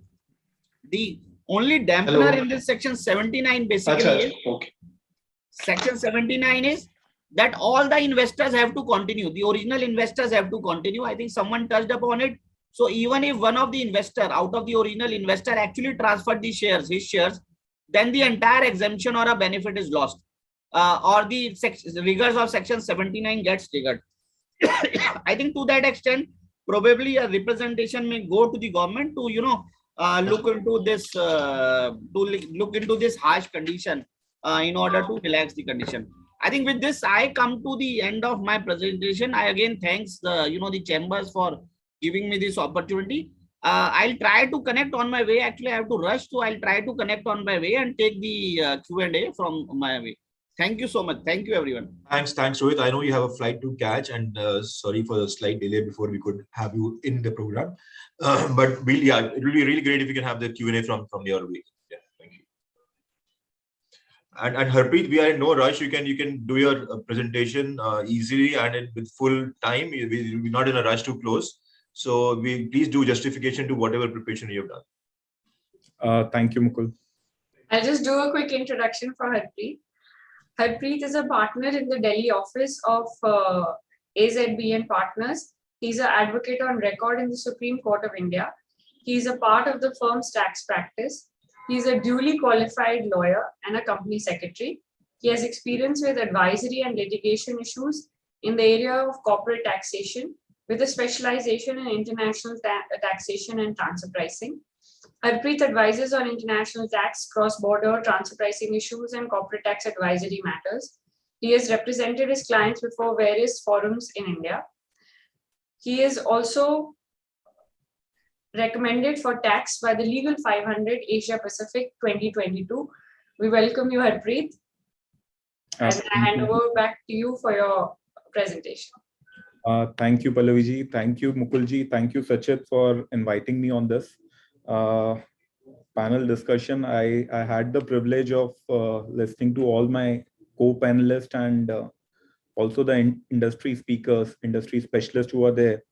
I think they have touched upon most of the issues and broadly the whole structure, how the startups function and what are the tax nuances which the startups may face. From a litigation perspective, I'll just target on the pointed things. From a startup perspective, what gray areas they may face from a litigation perspective, as they are eligible for tax deductions. And simultaneously, I'll also touch upon the GAR aspect, which may be relevant considering that we know how the tax department functions. The demand could be raised from anywhere. So it is always advisable that all the checks and balances are kept into account, and the transactions are structured in such a way that they don't classify as impermissible or for as a mode of avoidance of tax, and which lacks commercial substance. So we have come across multiple transactions and multiple queries have flown to us from startups that what are the nuances of reconstruction and splitting up. So although from an ATIA-C perspective, reconstruction and splitting up may be untouched arena from ATIA-C perspective, but there are ample of judicial precedents available that what is reconstruction and splitting up. And from that point of view, reconstruction and splitting up, as the law has developed, would mean that the resources which the erstwhile entity has been using for its business, they should not use the same for carrying on the business when they are incorporating a new private limited company and then to establish a startup. There is one nuance in that if the business has not been created and some IP has been created and the technology has been created, like in practical sense, there are multiple promoters who take the IPs, intellectual properties in their own name, and thereafter they try to deploy the same in the form of business and then professionally engage into and creating a startups. In that kind of setup, the preliminary issue what we had been looking into is that whether such kind of arrangement would qualify as a startup when the IP was already there in place, but it was an unused IP. So in that kind of scenario, I think, in my opinion, if it has not been commercially exploited and the business is not in place, then even those kind of IPs could be used by the startup and the company could be created. So these kind of nuances are there for which the clarification, much needed clarification would be there if CBDT can clarify these kind of aspects. Because it takes a lot of time and energy for the promoters and the initial entrepreneurs who are for the first time coming in the business and have spent a lot of their own money, and then they are kicking in the market. So they would be having some technology and the basis in mind and the business setup being there. The much needed clarification is that how the reconstruction and splitting up is to be qualified. This is point number one.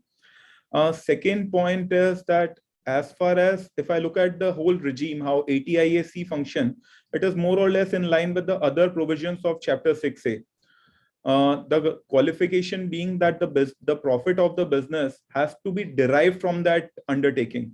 So presuming that the startup as a private limited company is carrying on more than one source of income is there, then the gray area would be that what all profit or gains which are there would qualify and be eligible for deduction. So again, the trigger point would be that although in ATIAC the clarifications are not there, but the law is very well settled that the regime has to be, or the profit of the business has to be derived from the undertaking. And if more than one business centers are there, more than one profit centers are there in a setup, then it is necessary that as the provisions of ATIA 5 and ATIA are applicable, then proper books of accounts are being maintained so that there is a separation between the business, the main business of the startup, vis-a-vis the business of the enterprise in general is concerned. That would definitely avoid unnecessary litigation. Then touching upon the GAR aspect, we have seen in my other co-panelists were discussing about the fair market value and the impact of 56 to 7B. So naturally, this is an anti-abusive method for counter evasion mechanism which is there. So yes, the point would be that if DPIIT has given approval, then there's no scope and there's no as such requirement for making the life of startups difficult and creating multiple level approvals. It would be in the interest of time as well as to expedite the business and to give it a smooth flair, that the whole process is taken through a single route. If DPIIT has given approval, this being a competent authority, and there are ample of judicial precedents on that front, that if a competent authority has given the approval, then Income Tax Act and the assessing officer being a general and only examining from Income Tax Act perspective, the officer should not touch into the eligibility criteria of the startups. Once a view has been formed and DPIIT has already given an approval, then in that kind of scenario, there's no need for touching into and judging the commercial expediency or the eligibility requirement of the startups. So These are the basic factors which I think which would require clarification from the government side, and that would definitely boost the startups.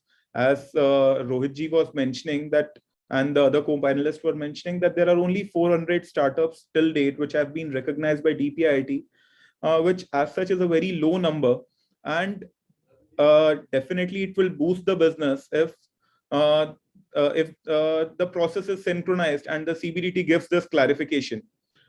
The next point which I would like to harp on is that as a business or as a venture capitalist and as the funding entities which are their FIIs, naturally tax comes a bit below their commercial expectations.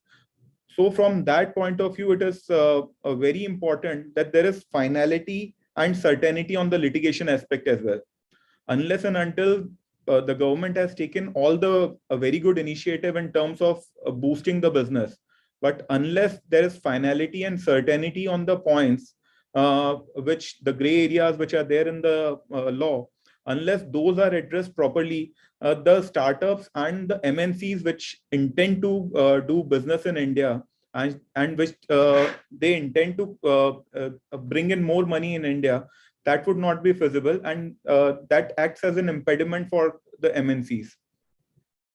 Another gray area which I have noticed and which may act as impediment for the startups from a GAR perspective is that there's a clash between DPIIT notification and simultaneously the act, which Rohitji has mentioned about the turnover criteria. Simultaneously, there is also if I look at the definition of startup, the eligible undertaking which is there in the act, vis-a-vis the DPIIT notification, the pre-qualification is that there should be a private limited company which has been given under the DPIIT notification. However, if I look at and read the definition of startup in the act, there is no difference between a private limited company and a public limited company.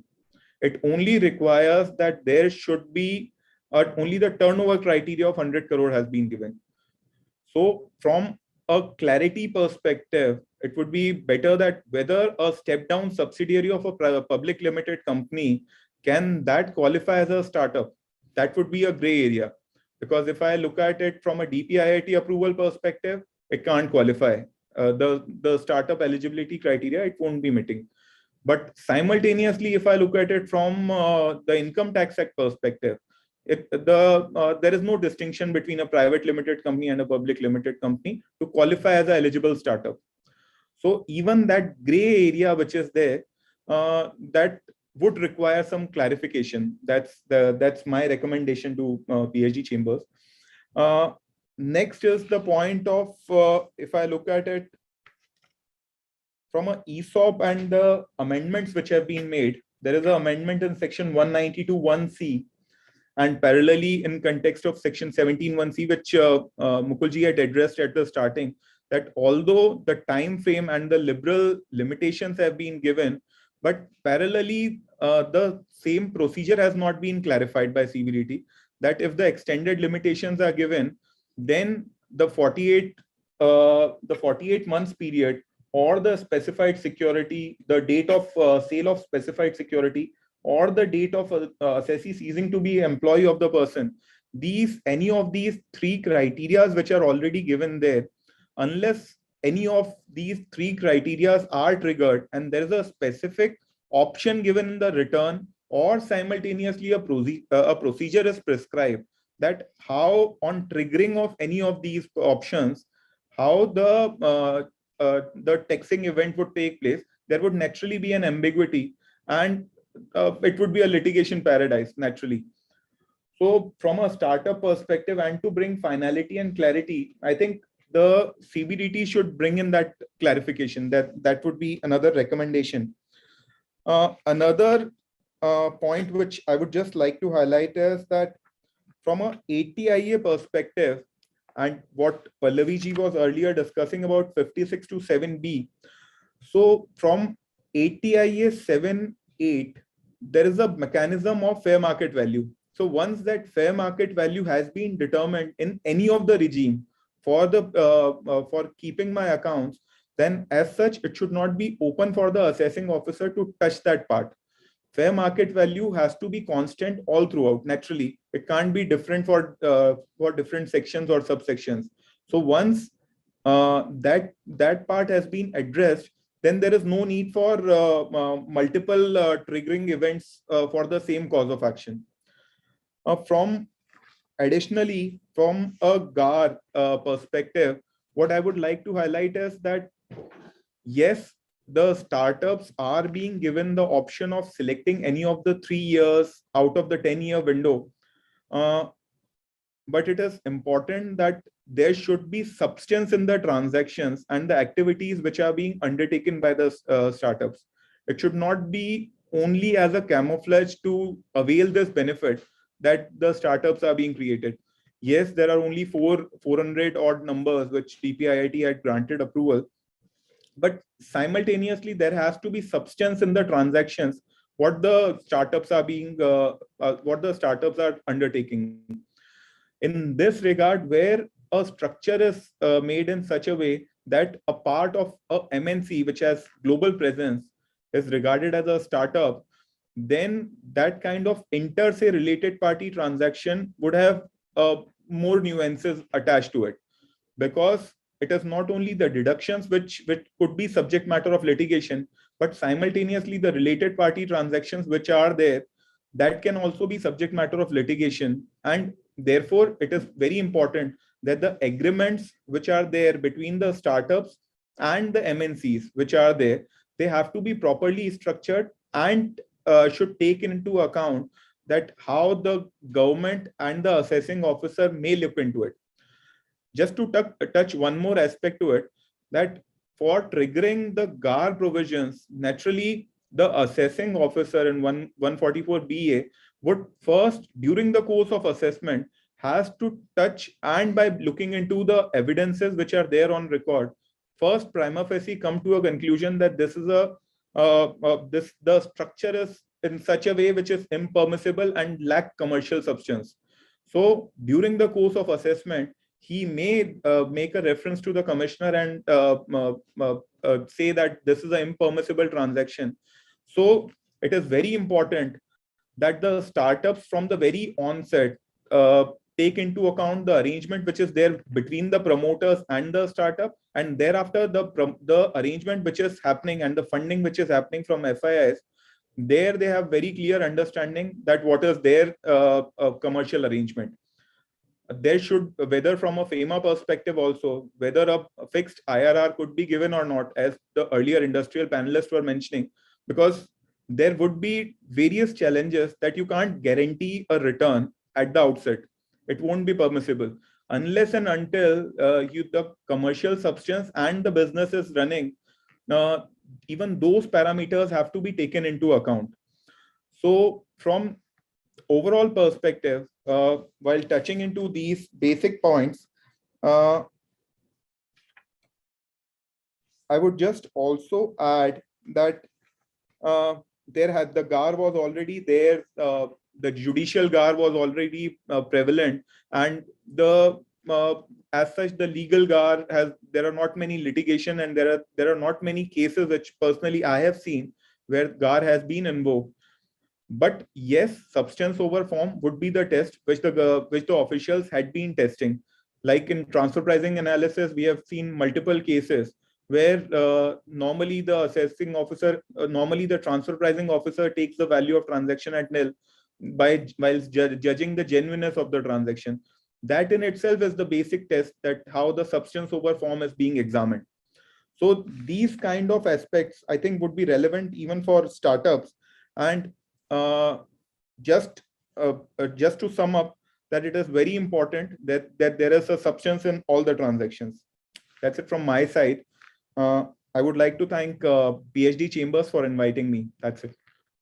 Thank you, Harpreet. I think that was a very enlightening presentation, especially, to understand. Yes, I think we understood how the investment piece works and what are the pitfalls. But hearing you, I think we really understand that where this litigation is going. and where those lacunas lie over the life of a startup and what they should be careful about. So thank you so much for your presentation. And I hand over to Mukulji for the Q&A. Thank you, Pallavi. Harpreet, you've raised some very valid points, and I would like to add that whatever points wherein you would desire some clarity from the CBDT, just pen them down and send them to us so that at least we can review them and send it forward to the North Block and see whatever clarity can be shared by them. So because right now the CBT is very proactive in issuing notification wherever they feel something is required. So probably no one has really approached them on notification on these aspects. So once we submit a paper to them, then I'm sure they'll be quite forthcoming. Sure. Thank you. So coming to the Q&A session, I don't think we have too many questions on the chat. So there is one question which says we may submit a memorandum to government to grant more depreciation benefit for startup companies. As for claiming ATSC benefit is troublesome as on date. So they're asking for depreciation benefit for startups. I think government is very clear as of now that they're reducing the rate of taxation, but they want to do away with extra exemptions, like extra deductions. So, but yes, I think we'll review it in case we all feel that something like this is required. We'll definitely forward to the North Block. We have one question is company incorporated in June 2015 gets recognition from DPIIT on May 15, 2019, whether the threshold period of 10 years shall be counted from the date of its incorporation or from the date of recognition for the purpose of the status of a startup. I think it's pretty clear that it should go from the date of incorporation and not from the date of recognition. So I think this question is also pretty clear. Someone has in fact given his answer also, I can see. So there's one question on ABC Limited applied for DPIIT recognition. However, after processing of the application, the status has been marked as rejected. Can ABC Limited again file for the recognition with DPIIT once the application is rejected? I think the rules are pretty clear. They say that once you're rejected, you can apply back again after 3 months from the date on which your rejection came. So I think there's quite clarity on that front as well. People are asking for presentations of the deliberation. So I think I'm sure Pallavi, your PPT and Rohit's PPT can be shared with everyone. Sure, sir. Whether the next question is whether DPIIT recognition can be obtained after the issue of notice under section 143(2) or 147 when an assessment proceeding is pending. So any of you would want to develop on this? I'll take this. So pendency of proceeding per se may act as a bar where we are per se would not act as a bar. The main criteria would be whether the claim has been made, because recently we have come across one of this very sort of litigation, but although in context of 10A, where the assessee has unfortunately, although he was an eligible undertaking, but unfortunately they forgot to make any claim. So if the eligibility criteria is satisfied, then certainly they can make a claim. But if the eligibility criteria is not satisfied, then they can't make a claim. Naturally, at the stage of assessment, that claim would be rejected. But at appellate level, they would have good chances of success if they meet the eligibility criteria. Okay, thanks. Why DPIIT not raise query in single shot for those companies who applied first time under Startup India? Unfortunately, we don't have anyone from DPIIT here today, so I don't think we are in a position to answer that question. But it's a very relevant query that probably the objections would be coming in piecemeal from the DPIIT while people are applying for registration. So it's a valid query, but that's how all the government departments work. So I think it's not even only this matter. I think all queries, they come in piecemeal only. So we have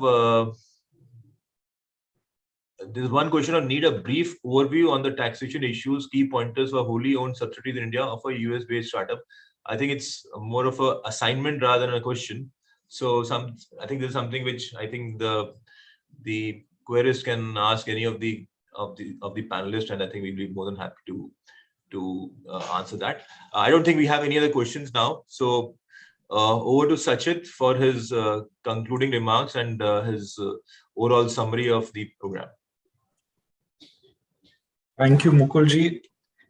I think we've had the privilege of listening to the industry experts and our experts from legal and tax fraternity today. It's been an enriching discussion, and I think whoever has participated today is now equipped to start his own startup and not be embroiled in a tax controversy. And if you are, then you have Harpreet to help you out. I think I have a couple of thoughts which I will leave with before concluding that if today's startup is handheld and cajoled, it will be a market leader tomorrow. So the responsibility lies with the legislature and the governments to encourage startups to become market leaders tomorrow. One of the most important steps, in my view, to encourage startups is to educate the ministries, the governments, on how do actually startups work.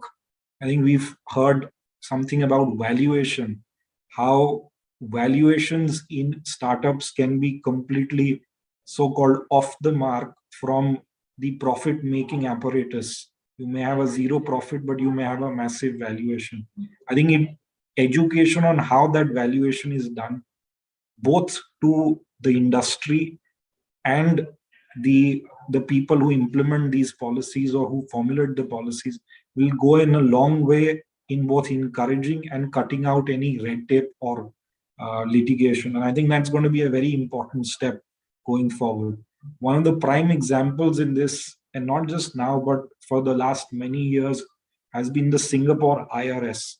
You can actually go with a proposal to the Singapore IRS and tell them that in the next 6 years, 7 years, I'm going to generate X amount of employment. I'm going to generate X amount of revenue within Singapore. So you reduce my taxation from a normal 17% to start at an 8% and gradually go up to a 17%. I think that's how mature democracies and mature countries work to encourage startups. And I think we've seen a lot of financial businesses move to Singapore only because of the pragmatic nature or the understanding of the governments. Finally, I would not just look at educating I would say the governments, but also the private practitioners and lawyers and accountants on that front. I think it's important to understand the ecosystem of startups and how they perceive their businesses to grow.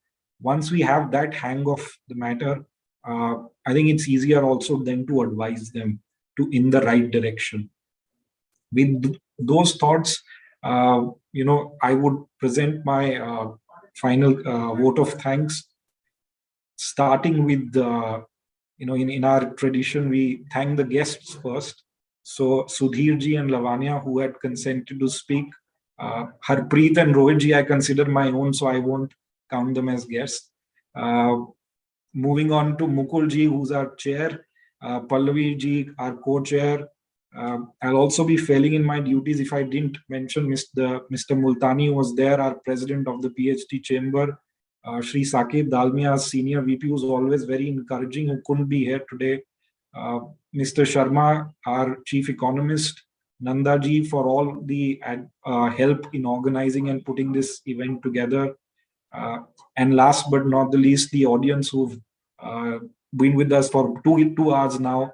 And, like I said, we've all been enriched today with the thoughts of our speakers. Thank you so much and stay safe. Thank you. Thank you, everyone. Thank you so much. Thank you.